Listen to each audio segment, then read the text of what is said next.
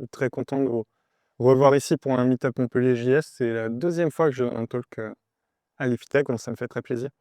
Ce soir, je vais vous parler un peu sécurité. Je vais vous parler sécurité pour les applications web full stack. Donc c'est un talk que j'ai donné, enfin pré-enregistrement, mais que j'ai donné pour React Advanced London en fin d'année dernière. Et donc voilà, je suis très heureux de vous le redonner ici à Montpellier. Donc moi, je m'appelle Éric Buret, je suis cofondateur d'une société qui s'appelle LBKE, située à Montpellier. Notre activité principale, c'est la formation au développement web full stack et au nouveau métier de développeur LLM qui est un peu émergent, qui est encore en cours de définition, mais sur lequel on travaille aussi avec des technologies comme LangChain, etc. Je suis aussi formateur pour Human Coders, qui est la société de Camille, donc voilà, c'est un petit monde du Next.js ici à Montpellier. En dehors de ça, je suis aussi contributeur au projet open source démographique, c'est-à-dire les enquêtes State of JavaScript, CSS, HTML, React, GraphQL, AI pour les développeurs et développeurs tout court, parce qu'on voulait aussi faire un truc non tech. Donc je développe essentiellement en fait l'application Next.js d'enquête qui tourne à peu près toute seule, c'est-à-dire que récemment, j'ai à peu près rien fait comme contribution juste parce que ça fonctionne. Donc j'espère vous transmettre aussi un peu la recette des applis qui marchent sans qu'on fasse rien. C'est assez agréable. Euh, j'ai créé un petit site de tutoriel, pas encore très rempli, mais qui s'appelle nextpatterns.dev. Ce qui est assez amusant, c'est que j'utilise une techno qui s'appelle StackBlitz, c'est-à-dire qui permet de faire des tutos Next.js dans votre navigateur, avec des web containers en fait. Donc vous pourrez aller voir le site. J'ai mis notamment 2 patterns de sécurité pour montrer un peu ce que peut donner une faille SSRF dont on va parler et une faille CSRF aussi. Voilà, et j'espère le remplir progressivement. Donc c'est bien, c'est interactif, ça vous permet d'avoir une appli Next sans aucune installation et de voir un peu ce qui se passe. Pour revenir à la sécurité, en fait, le problème, c'est que, bon, initialement, quand on est développeur JavaScript, on est censé être plutôt un développeur front-end, historiquement, hein. On est dans un langage qui a été inventé pour le navigateur web. Sauf que aujourd'hui, on nous demande surtout d'être développeur full stack. Et qui dit full stack dit aussi back-end. Et en plus, dans une technologie comme Next.js, ce qu'on va faire, c'est qu'on va avoir tendance à mélanger du code serveur avec Node.js ou même d'autres runtime qui ont émergé comme Dino, comme les runtime Edge, et du JavaScript côté client dans le navigateur de façon un peu transparente. Alors, c'est le but de Next, c'est fait exprès en fait, hein, c'est censé nous faciliter la vie. Mais en fait, tout ça, c'est aussi source de tout un tas de problèmes, de risques, de dangers potentiels divers et variés et malheureusement fort nombreux. Donc en fait, quand on a une nouvelle technologie, quand on a des nouveaux patterns, des nouvelles façons de faire, le problème, c'est qu'on a aussi des nouvelles façons de se tirer une balle dans le pied, des nouvelles vulnérabilités, des nouvelles erreurs typiques, etc. etc. Ça vient jamais sans une part de négatif. Donc, par exemple, sur une application Next.js, on peut se poser la question, est-ce que vous avez déjà mis en place l'authentification dans un layout? Le layout, c'est tout simplement un composant d'interface qui est partagé entre plusieurs pages. Donc, c'est assez intuitif de se dire, tiens, je vais vérifier qu'un utilisateur est bien connecté, qu'il est bien qui il dit être, dans ce composant qui est partagé entre toutes les pages. Comme ça, c'est vérifié partout. Bon, dans Next.js, ça ne marche pas parce qu'en fait, il n'y a pas de garantie qu'un layout va être exécuté avant une page. Ça se contourne. Et le problème, c'est que ça ne se contourne pas dans le fonctionnement normal, ça se contourne en utilisant des entêtes internes.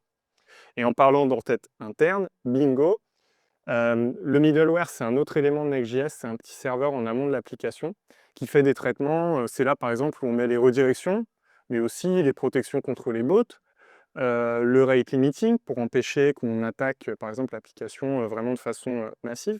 Donc, on met plein d'éléments de sécurité ou de redirection, de SEO là-dedans.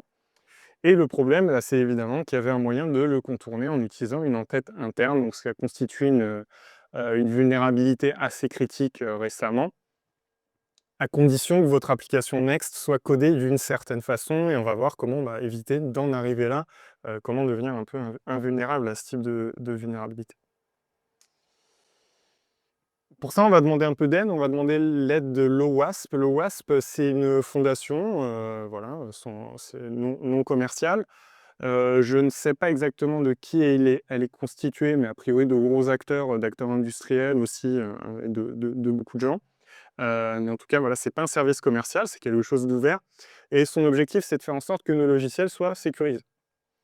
Et donc pour nous aider à faire ça, il publie un truc qui est vraiment très bien, c'est un top 10 des vulnérabilités les plus courantes. Donc ils le font de manière générale dans les logiciels, mais ils le font aussi par domaine. Donc, par exemple, vous avez des vulnérabilités pour les API, pour les applications web, plus récemment pour les grands modèles de langage qui ont tout un tas de vulnérabilités spécifiques. Ils sont très vite positionnés là-dessus. Donc c'est un très bon point de départ en fait pour apprendre la sécurité, parce que c'est vraiment les vulnérabilités les plus courantes. Donc si vous les palliez, bah, déjà vous êtes assez bien protégé. Donc là, l'idée de ce talk, bah, c'est de vous présenter ce top 10, mais sauce développement web full stack. Sur l'exemple de Next.js, mais en fait, ça s'applique à des frameworks comparables comme Astro, Next, voilà, sur d'autres technologies que React, voire éventuellement à vos applications full stack développées sans framework. Donc avec un backend Node.js, avec un front-end, vous pouvez être confronté au même type de risque de sécurité. Mais j'ai essayé de prendre l'exemple de ce framework qui est assez populaire pour qu'on ait autant que possible des concepts en commun. Je ne sais pas qui est familier de Next, peut-être, si vous pouvez juste lever la main. Ouais, donc ouais, on a quand même pas mal de gens qui voient comment ça fonctionne. Voilà, même si on va essayer de généraliser. Donc on va commencer dans le désordre de la vulnérabilité la moins courante à la plus courante. Enfin, ça reste quand même la 10e la plus courante dans l'enquête de l'OWASP. Donc on commence par la SSRF. Alors c'est pas le SSR. Le SSR c'est bien. Le SSRF c'est très mal. C'est Server Side Request Forgery. Donc c'est-à-dire falsification en fait ou création de fausses requêtes. Donc un exemple de fonctionnalité qui va provoquer ça, c'est très simple. Vous demandez à l'utilisateur de vous passer une URL et puis vous envoyez une requête vers cette URL depuis votre serveur. Par exemple, je ne sais pas, vous êtes en train de faire un service qui résume automatiquement des pages web. Bon, vous avez une faille assez sévère, pourquoi? Parce que en fait, l'attaquant, il peut par exemple passer une URL qui ne va pas être une URL vers un site externe comme vous l'attendiez, mais qui va être localhost, un numéro de port, une URL. Et donc, il va pouvoir commencer à appeler votre infrastructure interne depuis votre serveur. Et le problème, c'est que votre serveur peut avoir des privilèges supplémentaires par rapport à un appel depuis un navigateur, par exemple. Donc, il a tout de suite un niveau de privilège qui est un peu plus élevé. C'est pour ça que quand on étudie la sécurité d'une infrastructure, bah, les points d'entrée publics, on va toujours s'en méfier un peu plus parce que c'est ceux qui sont un peu connectés au monde. Sauf que là, bah, si votre serveur, voilà, enfin, donc votre serveur peut être utilisé pour attaquer et aussi pour déclencher des requêtes à moindre frais, parce que c'est aussi vous qui payez la requête derrière qui va être émise. Donc voilà, ça permet de se faire passer pour votre serveur et c'est assez embêtant. Donc celle-là, j'en ai fait une petite démo sur Next Patterns parce que ça arrive assez vite. Il y a eu une vulnérabilité dans Next, dans un certain cas sur l'optimisation des images par exemple. Elle est automatique, elle se fait côté serveur et en fait Next vous demande de configurer des domaines autorisés pour pas optimiser n'importe quelle image, parce que si vous laissez n'importe qui optimiser n'importe quoi, bah, les gens vont utiliser votre appli Next pour optimiser leurs images par exemple, des choses comme ça. Ils vont générer des coûts en fait sur votre application très élevés et vous envoyer des requêtes un peu n'importe où. Donc ça arrive très vite sans qu'on s'en rende compte. Numéro 9 qui me tient beaucoup à cœur, c'est le logging et le monitoring. Donc typiquement, vous loguez tout et n'importe quoi dans votre application ou vous loguez rien du tout. Et dans les deux cas, vous allez avoir un problème, c'est qu'en fait, vous êtes tout simplement aveugle aux attaques. Vous ne savez même pas si vous êtes en train de vous faire pirater, parce qu'il y a tout un tas de vulnérabilités et de scénarios d'attaque qui sont discrets et qui ne vont pas faire crasher votre application, qui vont être simplement exploiter votre puissance de calcul, votre serveur, votre application d'une certaine façon pour mener des attaques. Et donc, si vous n'avez pas un moment de log, de monitoring, d'observabilité, vous n'allez pas le voir venir. Alors j'y suis sensible simplement, j'ai travaillé dans une startup qui fait pendant 6 mois, faisait de l'analyse de log côté client de façon assez rapide et à la volée, pour la sécurité. Alors, parce qu'en fait, c'est une source de données En général, les entreprises matures, on va dire, qui commencent à avoir des vrais problèmes de sécurité un peu sérieux, à être des cibles pour des attaquants, elles sont plutôt dans cette catégorie. Elles ont trop de logs et elles savent pas forcément quoi en faire. Ils sont pas au bon endroit, donc elles savent pas exactement trop de logs, mais pas forcément au bon endroit. Donc elles peuvent aussi ne pas en avoir assez à certains endroits. Mais en gros, elles sont un peu inondées de données. Donc voilà, c'est assez important de les analyser. Numéro 8, des problèmes en fait d'intégrité de votre chaîne logicielle. Ça, c'est typiquement tous les gens qui vont s'attaquer à à la chaîne d'intégration continue, par exemple, éventuellement aux dépendances de l'application, hein, ce qu'on appelle la supply chain, la chaîne logistique logicielle. C'est assez populaire d'attaquer en fait les applications par leurs dépendances parce que c'est plus facile d'attaquer surtout des petits projets open source, par exemple. Il y a eu des attaques assez spectaculaires, hein, aussi, de cette façon-là. C'est-à-dire qu'il peut y avoir de l'ingénierie, sociale aussi, pour se faire passer pour un gentil contributeur open source, et attaquer un projet. Elles peuvent être assez spectaculaires. Hem Donc voilà, typiquement, c'est tout ce qui va faire que du code malicieux atterrit finalement dans votre application. Alors, on n'est pas forcément sur des choses spécifiques à Next.js, hein, je vous donne vraiment la liste en fait qui a trait aux applications web. C'est assez générique, ça ne dépend pas forcément de votre framework, ça s'applique à tous les systèmes, hein. On a tendance à les attaquer par les dépendances. Numéro 7, les problèmes d'authentification, d'identification. Bon, c'est une famille assez large, hein. Dans la liste de l'OWASP, c'est vrai qu'il y a parfois un mélange entre des vulnérabilités très précises et les SSRF, par exemple, c'est quand même très... Bon, voilà, c'est la SSRF, c'est comme ça. Et ensuite, il y a des familles, hein, qui sont quand même très très vastes. Mais typiquement, ça va inclure, vous faites voler le mot de passe administrateur, vous avez quand même beaucoup de problèmes. Vous allez avoir un problème sur votre application. Euh, donc voilà, ça reste des attaques très courantes, hein. S'ils sont dans le classement, ça veut dire que ça arrive encore aujourd'hui à beaucoup de gens, assez souvent. Pour vous situer, en fait, le dernier classement date de 2021, pardon, et le prochain va sortir de façon imminente. Il est prévu, c'est tous les 4 ans, donc c'est pas forcément en temps réel, ça laisse le temps à l'industrie de s'adapter. Mais c'est-à-dire qu'en 2021, bah, c'était quand même le truc le plus courant, c'est de tout simplement se faire voler des mots de passe. Alors ça, c'est une variante de la supply chain. C'est spécifiquement pour tous les composants, pour toutes les dépendances qu'on sait être vulnérables et ou pas du tout à jour. Parce que là, j'ai parlé des gens qui attaquent pour injecter du code malicieux dans vos dépendances. Mais en fait, vous avez probablement, malheureusement, dans vos applications, parce que c'est très courant, vous avez probablement des librairies qui ont déjà été attaquées, en fait, peut-être même il y a déjà très longtemps, ou en tout cas qui ont des vulnérabilités qui les rendent attaquables. Euh, et donc, ça, c'est la notion de CVE, en fait, hein. Toutes ces vulnérabilités, il y a des gens qui les recensent, fort heureusement, qui en gardent une trace, donc elles sont connues, elles sont stockées dans des bases de données, donc il y a plein d'acteurs. Alors les acteurs de la sécurité comme Snyk, je ne sais pas si je le prononce bien, ou Snake ou comme un sneakers, on maintient sa base, tous les gros acteurs en fait essaient d'avoir un peu leur base, et ensuite il y a des bases partagées, donc voilà, GitHub aussi je crois en fait beaucoup.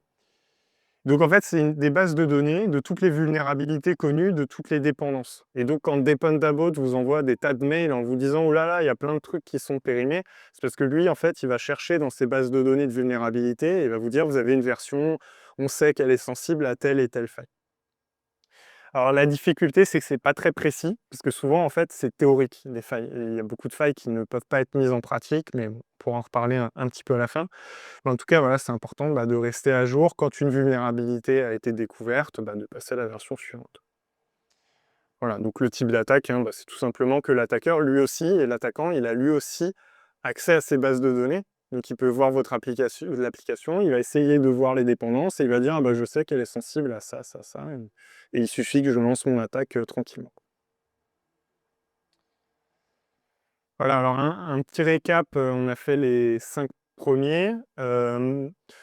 Donc point clé, je dirais que la SSRF quand même, c'est un truc, moi j'ai complètement découvert en prenant le classement, en m'intéressant à la sécurité, et c'est vraiment très facile d'oublier ce genre d'attaque.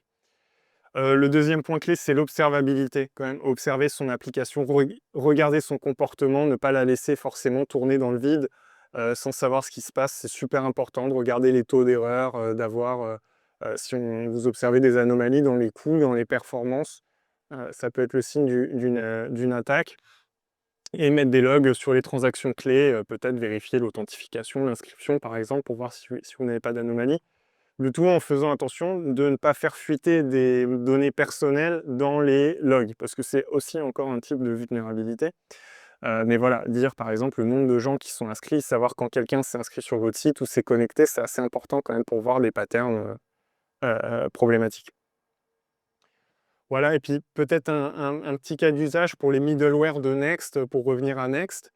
Par exemple, quand vous implémentez quand vous pouvez utiliser les middleware edge, hein, donc on en a parlé, ces petits serveurs qui malheureusement ont pu être contournés dans le cadre d'une faille, mais qui normalement vous protègent. Euh, un cas d'usage intéressant, c'est de mettre en place le rate limiting à ce niveau-là, c'est-à-dire empêcher qu'on envoie un nombre illimité de requêtes sur un point d'entrée à une fréquence très élevée. Ça évite quoi? Ça évite en fait les attaques dont on a parlé, de type problème d'authentification. Parce que pour que votre mot de passe, par exemple, si un compte administrateur est volé, peut être via une attaque par force brute, tout simplement. Donc le rate limiting vous protège des attaques par force brute. On ne peut plus envoyer 50 millions de requêtes sur le point d'entrée de connexion. Donc on ne peut plus aller brutalement voler des comptes. Et ça se fait beaucoup, hein. C'est une manière assez courante d'aller voler des comptes. Il y en a des plus subtils avec des réseaux de bots, par exemple, qui vont être plus durs à détecter, mais au moins vous palliez les attaques les plus basiques. Ok, donc on enchaîne sur la suite. Vous aurez peut-être plein de questions, donc on aura un peu de temps, on aura pas mal de temps pour les questions après. Donc là, on entre dans le top 5. La cinquième, la plus courante, c'est les applis mal configurées. Là, on va rentrer, je suis désolé, dans des attaques qui sont un peu la honte pour les développeurs parce que c'est des trucs où on a zéro excuse. C'est pas des subtilités ou des choses où on a un attaquant spectaculaire, c'est juste nous qui avons rien configuré comme il faut. Le cas typique, et ça arrive encore très souvent, c'est j'ai un mot de passe administrateur défini par défaut. Par exemple, c'est le premier utilisateur de l'application et ça part en prod. Ou typiquement, ça peut être le premier utilisateur créé et donc un attaquant peut gentiment attendre que votre appli soit redéployée, par exemple, il s'inscrit et hop, il devient administrateur par accident, par exemple, c'est des choses qui peuvent arriver. Mais surtout, voilà, au moment du seed, de la mise en place de l'application, pas mot de passe par défaut, ouais, on se fait voler. Les entêtes de sécurité, c'est aussi un truc qui est assez difficile. Comme je disais au début, à la base, si on est développeur front-end, les entêtes HTTP de sécurité, c'est quand même pas super parlant, ça fait pas partie de notre formation initiale. Et du coup, elles sont assez souvent mal configurées dans les applications. Et ça, c'est une source de vulnérabilité, hein, tout dépend. Peut-être pour vous donner un peu des exemples, ça c'est un screenshot que j'ai pris du template de blog de Lee Robinson, qui est directeur produit chez Vercel, hein, et qui communique sur Next.js, qui fait beaucoup de tutoriels dans l'écosystème. Et il a un super template de blog qui montre un peu comment on fait un blog en Next.js. Et évidemment, il y a une config de base qui est plutôt bien faite. Mais le problème, c'est que quand on a des templates comme ça, on a tendance à les copier-coller, à se concentrer sur créer son petit blog développeur, mettre ses articles perso, etc. Et à jamais regarder en fait la config qu'on a copiée. Et finalement, est-ce qu'elle est vraiment optimale pour notre situation, cette configuration? C'est pas du tout sûr. Donc là, dans Next.js, bon, c'est pas très zoomé, mais je vais, pour vous les donner, il y a une Content Security Policy, FRR Policy, je n'ai aucun souvenir de ce que c'est. Donc si je fais une revue de sécurité, je vais faire la liste et je vais regarder ce que c'est. C'est hyper important de prendre le temps de le refaire de temps en temps. Le X-Frame Option, c'est est-ce que j'autorise mon appli à être utilisé en iframe en fait dans une application web. J'autorise en développement parce que ça me permet de l'avoir dans VS Code, dans l'éditeur de texte directement. Je ne l'autorise pas en dehors, ça évite que des gens fassent du phishing avec mon application, en la mettant dans une iframe dans un site qui n'est pas le mien, en faisant croire qu'ils sont moi. Ça existe encore, hein, ce type d'attaque. Donc ça, je l'empêche, je l'interdis, je veux juste qu'on accède à mon site normalement. Content Type Option No Sniff, donc je sais pas. No Sniff, en général, ça veut dire qu'on empêche les bots d'aller vérifier le type de données, par exemple, d'une URL. Il faudrait que je vérifie si c'est ça. Il y a du DNS Prefetch Control. Bon, ça, je suppose que c'est une sécurité au niveau du DNS, c'est donc la conversion de votre nom de domaine, du nom du site en adresse IP. Ensuite, celle que j'avais plus étudiée, c'est Strict Transport Security. Celle-là, en fait, ça empêche qu'au premier accès sur votre site, le protocole HTTP puisse être utilisé. Vous signalez en fait que votre site c'est du HTTPS et tout le temps. Parce qu'il y a un tout petit moment, au moment de la première connexion d'un utilisateur à votre site, où il va pouvoir y arriver en HTTP. Et ça peut être une source de vulnérabilité sur des réseaux publics. En fait, il y a des attaques qui sont quand même assez sophistiquées. Il faut avoir quelqu'un qui en veut à votre ordinateur ou tout simplement qui est posté dans une gare ou dans un aéroport et qui sonde un peu tous les ordis pour voir s'il va pouvoir profiter d'un protocole HTTP qui passerait par là pour prendre le contrôle. Donc ça peut être... c'est un peu optionnel, ça dépend du navigateur quand même. Ça marche mieux sous Chrome, notamment Chrome maintient une liste en fait intégrée, ça l'aide. Mais voilà, c'est une configuration qui n'était pas du tout évidente et que je découvre en faisant la revue. Et enfin, la dernière, je l'aime bien, Permissions Policy. C'est quelles fonctionnalités sont autorisées sur la page. Et en fait, vous pouvez dire explicitement, mais en fait, ma page n'utilisera jamais la caméra, le micro, la géolocalisation. Donc si quelqu'un arrive à faire une injection de script sur votre page pour aller activer la caméra de l'utilisateur, par exemple, en fait, il ne pourra pas, parce que le navigateur sait que sur cette page, il n'y a pas de caméra. Donc s'il y a un script JavaScript qui essaie d'accéder à la caméra, le navigateur va dire non, je ne lance pas. Parce que la page, dès le niveau serveur, est configurée pour ne pas utiliser cette fonctionnalité. Ça, c'est pas mal. Donc voilà, ça c'est un petit outil d'HSTS pour vérifier ses entêtes là, sur le HTTP. Et j'ai remarqué que par exemple sur Vercel, dans un cas très particulier, il n'envoyait pas ces deux sous-informations. Donc il ne permettait pas aux navigateurs et à des acteurs comme Google de savoir que votre site hébergé sur Vercel est forcément un HTTPS. Le navigateur ne le savait pas forcément, donc il pouvait tenter des connexions HTTP, c'est un peu dommage. C'est pas optimal en termes de sécu. Donc ça permet de tester ça sur un domaine. Voilà. Donc revoyez votre config de temps en temps. Bon, j'ai beaucoup de préférés dans ce classement, mais ça je crois que c'était vraiment un de mes préférés. C'est le design non sécurisé, c'est-à-dire qu'en gros, c'est juste votre code n'est pas sécurisé, c'est juste mauvais. Bon, je dis le code, en fait, c'est pas exactement le code, c'est l'architecture de l'application. Et donc, le seul remède à ça que je connaisse, c'est de se former autant que possible à la technologie que vous utilisez pour produire du code idiomatique de cette technologie. C'est-à-dire que quand on code en Next, si vous venez en disant j'ai appris une autre technologie, je viens d'un autre langage et je vais appliquer tout ce que je connais à Next, le problème c'est que vous n'allez pas raisonner de la bonne manière, entre guillemets, ou en tout cas de la manière dont le framework est conçu, et vous risquez d'avoir des problèmes de sécurité ensuite parce que le design n'est pas correct.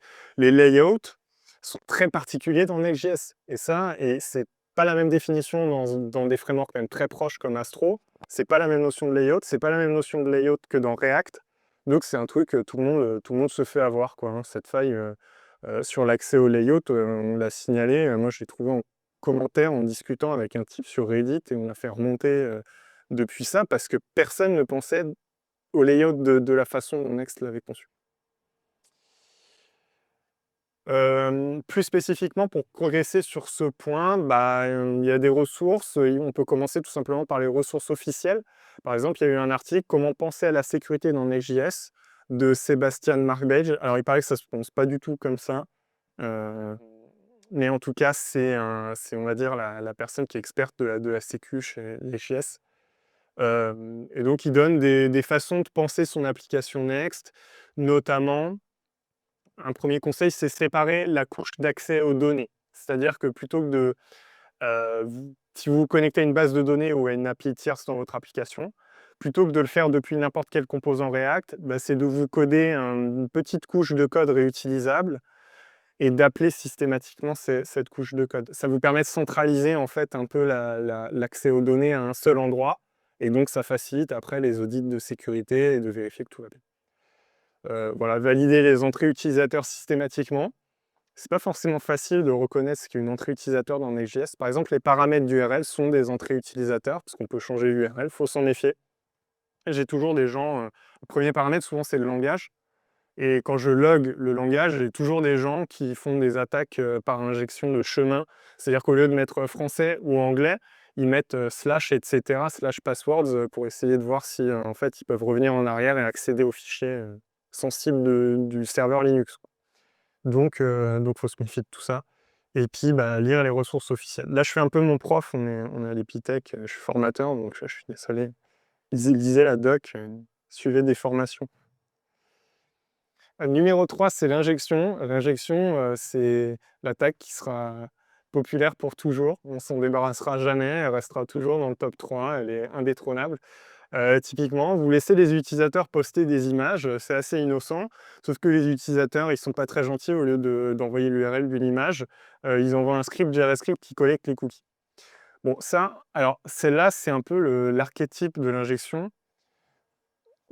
A priori, il me semble que c'est plus tout à fait possible sur les navigateurs modernes. Ils vous laissent plus mettre un script JavaScript dans l'URL d'une image et ils chargent plus le script, ils sont un peu sympas là-dessus. J'ai pas réussi à la reproduire en tout cas. Après, je dis pas qu'un pirate bien armé saurait encore faire ça.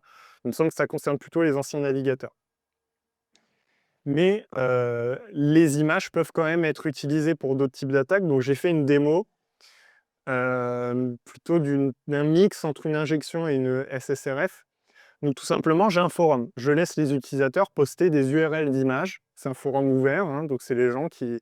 Un agrégateur d'actualité, par exemple.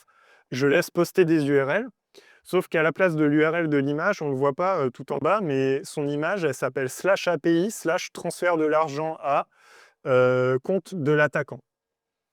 Et donc, bah, quand l'image est chargée, bah, c'est vraiment l'URL qui va être chargée par le navigateur. Lui, il ne se rend pas compte que c'est une API, il ne sait pas que c'est une image parce qu'il n'y a pas forcément d'extension sur une image. Donc il envoie la requête et tout marche très bien. Ça, c'est vraiment une démo que j'ai faite sur NextPatterns. Vous pouvez lancer dans votre navigateur, vous pouvez reproduire. Alors le truc, c'est que c'est une requête GET. Il ne peut pas envoyer un post avec son image, c'est-à-dire qu'il ne peut pas simuler un envoi de formulaire. Par contre, ça peut se combiner avec d'autres vulnérabilités, c'est-à-dire si accidentellement vous avez mis des points d'entrée GET qui permettent d'avoir des effets de bord, par exemple. Bon, transférer un paiement, c'est un peu chaud, mais ça peut être un point d'entrée GET qui traite un formulaire via des paramètres d'URL, par exemple. Dites-vous qu'il peut être déclenché par l'envoi d'une image.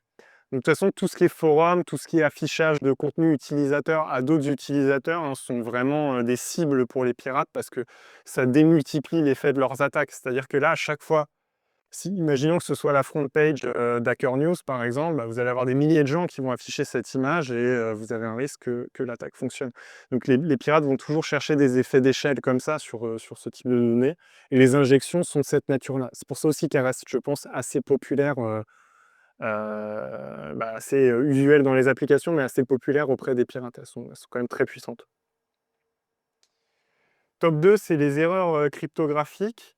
Donc, quand vous chiffrez un mot de passe pour le stocker dans une base de données, en général, vous ne voulez pas que ce soit inversible, jamais. Parce que, en fait, ça ne sert à rien de récupérer le mot de passe de l'utilisateur, sauf si vous êtes malveillant vous-même.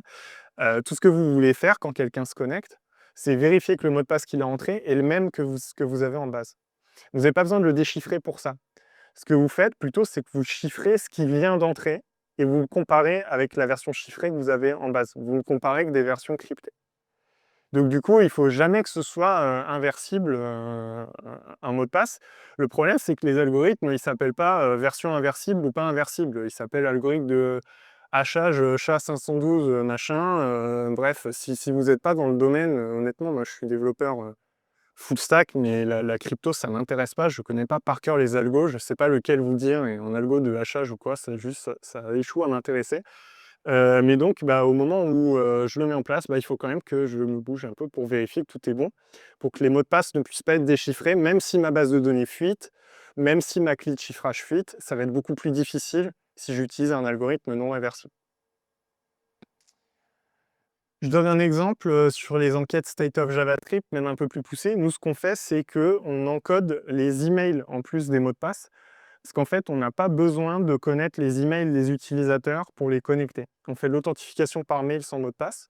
Vous rentrez votre email, on vous envoie un mail avec un lien magique de connexion, mais on ne stocke pas ça en base de données, en fait. On stocke juste un hash pour savoir quel email entré à ce moment-là correspond à quel utilisateur. Donc du coup, en fait, sur les enquêtes State of JavaScript, si vous êtes connecté, vous me demandez quel est votre mail avec votre identifiant utilisateur, je ne peux pas vous redonner votre mail. Si vous voulez supprimer votre compte, il faut passer par un formulaire où vous rentrez votre mail, on vous envoie un lien pour vérifier que c'est bien vous.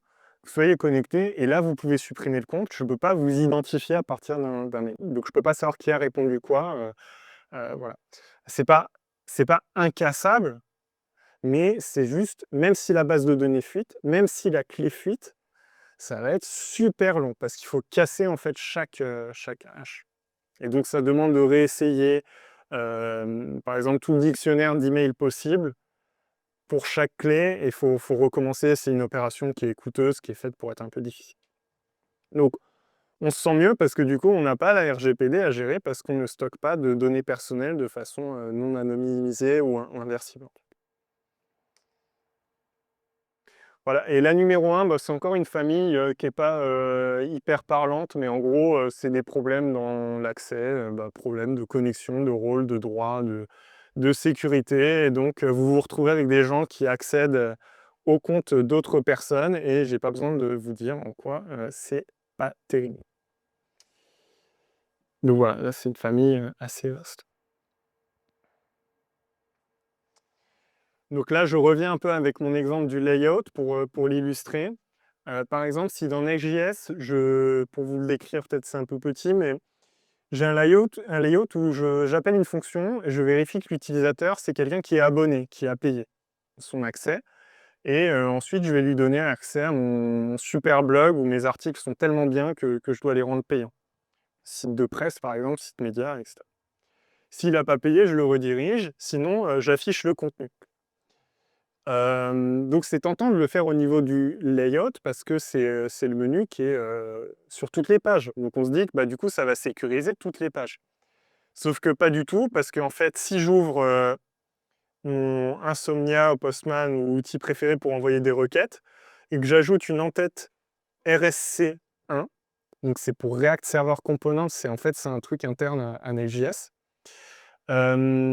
Et en fait, je vais pouvoir contourner complètement le layout et accéder à la page directement. En fait, j'obtiens la page.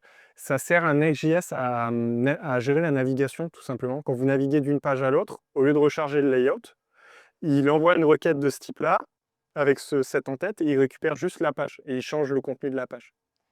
Mais du coup, le problème, c'est que si vous aviez mis votre paiement au niveau du layout, en fait, moi, je peux tricher et je peux dire je veux juste la page. Et là, en fait, on voit que j'obtiens mon article payant. En fait, j'obtiens le contenu de la page. J'ai complètement contourné ce layout et j'ai pu afficher cette partie contenu payé. Et donc ça, voilà, faille complètement obscure, détectée en discutant au hasard avec des gens, parce que conceptuellement, concevoir des layouts comme ça, personne ne l'avait fait avant Next.js. C'est propre au React Server Components. Donc personne n'était formé à comprendre comment Next était censé fonctionner. La doc n'avait pas forcément prévu qu'on tomberait dans ce piège-là. Et donc il a fallu communiquer un peu pour éviter ce problème. Et je suis à peu près sûr que malheureusement, il y a beaucoup d'applis Next qui font encore ce genre de trucs. Voilà, on a fait le top 10, donc félicitations, parce qu'il est assez... c'est quand même difficile d'un point de vue du développeur, parce que ça nous demande de toucher au back-end, au front-end, au fonctionnel, à l'architecture, à avoir une vision quand même hyper globale. Mais voilà, c'est vraiment un bon début pour apprendre la sécurité. Donc une fois qu'on a fait ce top 10, qu'est-ce qu'on peut faire pour aller un peu plus loin, pour continuer sur cette bonne lancée de la sécurité? Déjà s'éduquer, hein, clairement. Déjà, en fait, rien que d'être venu ce soir, d'avoir découvert les 10 vulnérabilités les plus courantes, vous rendez la vie des pirates très difficile. Parce qu'en fait, la plupart du temps, sauf s'ils ont une bonne raison, ils ne vont pas vous cibler personnellement. Ils ont des stratégies de volume, de faible coût. Ils sont situés dans des pays plus pauvres. Ils sont voilà, victimes d'inégalités aussi, hein. C'est des gens dont c'est un peu le job, en fait, hein, quelque part pour eux. Et donc, au quotidien, ils doivent, pour survivre, essayer de pirater des gens. Donc, ils sont vraiment sur des stratégies de volume. Ils n'ont même pas forcément envie profondément de vous pirater, mais c'est comme ça. Et donc, si vous palliez les vulnérabilités les plus courantes, vous évitez une majorité en fait d'attaques, hein. Ça marche littéralement comme ça. Et ensuite, vous allez aller plus loin seulement si vous êtes une cible particulière pour des pirates. Si vous voulez mettre en pratique, attendez le WASP 2025. Il est vraiment censé être imminent. Normalement, c'est printemps 2025, donc ça doit arriver assez souvent. Quand il sort ou même avant, ce qui est intéressant, c'est de prendre vos propres applications, de faire cette liste, donc de revoir vos configs, de vérifier que vous n'avez pas de SSRF, que vous n'avez pas de fonctionnalité de ce type-là et vous êtes déjà capable de faire un premier audit de sécurité, sur votre application. Ça va vous faire économiser des freelances, à 2 000 € la journée, ce sera très bien. Voilà et ensuite, vous tenir au courant de l'outillage. Il y a quand même un problème dans la sécurité, aujourd'hui, il y a un problème de bruit. C'est-à-dire que les outils de sécurité ont tendance à trop alerter, j'en parlais un peu au début, à faire trop de logs.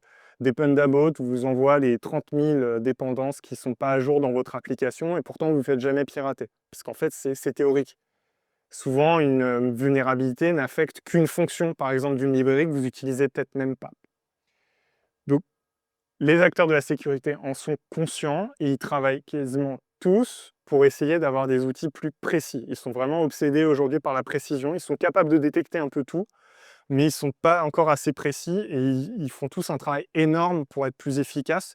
Donc si vous suivez l'actualité un peu des startups dans le domaine de la sécurité ou ce que publient les grands acteurs, vous allez voir que ça s'améliore globalement et donc qu'il y aura peut-être des outils assez intéressants et qui peuvent être mises en œuvre aussi à des échelles plus petites, qui ne sont pas forcément des grosses machines pour les grosses entreprises. Voilà, donc restez informés. Et je vous remercie pour votre attention. Alors j'ai cherché très très fort une transition avec le talk de Camille sur l'art génératif et j'ai absolument rien trouvé. Donc je suis désolé, on va passer d'un truc hyper lourd sur la sécurité à quelque chose de beaucoup plus artistique, mais tant mieux. Voilà, on fait du code, on fait pas du code pour le sécuriser, on fait aussi du code pour faire des choses un peu simples. On prend un peu de temps pour les questions, là. Si vous en avez une question. Le son. OK. Est-ce que ça fonctionne?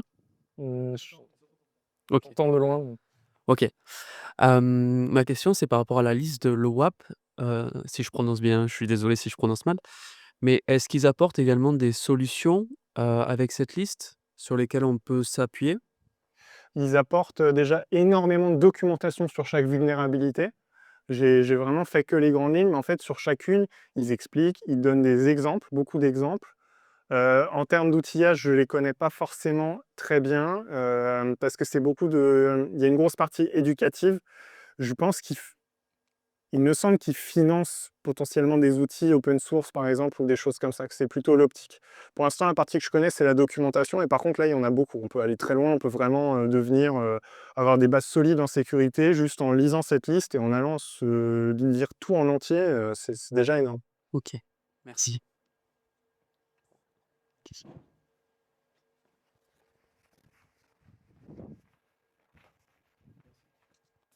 Pour l'upload d'images, un premier truc évident, ce serait de forcer un set d'extensions de fichiers. Mais je pense pas que ce soit suffisant, sinon il n'y a pas moyen de justement, en amont, s'assurer, parce que l'extension, on la manipule un peu comme on veut, s'assurer au niveau des métadonnées ou des entêtes du fichier que c'est bien une image? Alors après, ça dépend ce qu'on en fait. Le problème, c'est que si on veut la télécharger, il faut envoyer une première requête. Si on veut avoir son en-tête ou savoir ce qui se passe, toutes les en-têtes peuvent se trafiquer, donc il faut quasiment avoir téléchargé le fichier pour savoir. Moi, j'avais posé un peu la question parce que je m'étais demandé justement, je n'ai pas non plus trop de solutions. Sur la configuration Next.js pour l'optimisation d'image, c'est une liste blanche. Juste, on autorise des domaines et on n'en autorise pas d'autres et il faut absolument pas l'ouvrir. Si on l'ouvre, on a une faille, on peut rien y faire. Donc eux, ils disent juste, voilà, faut que ça vienne d'un site autorisé. Si ça vient d'un site autorisé, ce sera sûrement une image et pas quelque chose d'inattendu. Par contre, si on veut implémenter soi-même un système comme ça, on peut récupérer l'image côté client. C'est-à-dire que si l'utilisateur fournit une URL côté client d'une image, il a qu'à la télécharger dans son navigateur, parce que s'il a pointé vers n'importe quoi, c'est lui qui télécharge n'importe quoi, depuis son navigateur. Il ne se fait pas passer pour nous, parce que la faille consiste à se faire passer pour le serveur, à utiliser notre serveur pour envoyer sa requête. Donc si on le fait côté client, c'est une bonne façon d'éviter tout problème. Donc voilà, alors après, c'est tentant de le faire côté serveur, mais on peut pas forcément le faire, de façon sécurisée. OK, ça marche. Mais le coup du RCS là, je crois qu'il y a pas grand monde qui était au courant. Sur les layouts, ouais, c'était Ouais, un peu diffusé, c'est mais pas de JS, mais alors la faille sur les middleware, hein, ironiquement, c'est la même. C'est un autre header, même type, qui permet de contourner les middleware et ils ont eu le même problème et ils sont passés complètement, largement. il y a quelques années, j'ai vu encore pire au niveau des paywalls pas du tout solides. Il suffit de désactiver le CSS et tout s'affichait. C'était un hidden CSS. Oui, oui, voilà. Mais ça, c'est encore rien. C'était un site connu, hein, je vais pas le citer, mais c'était un site connu. Est-ce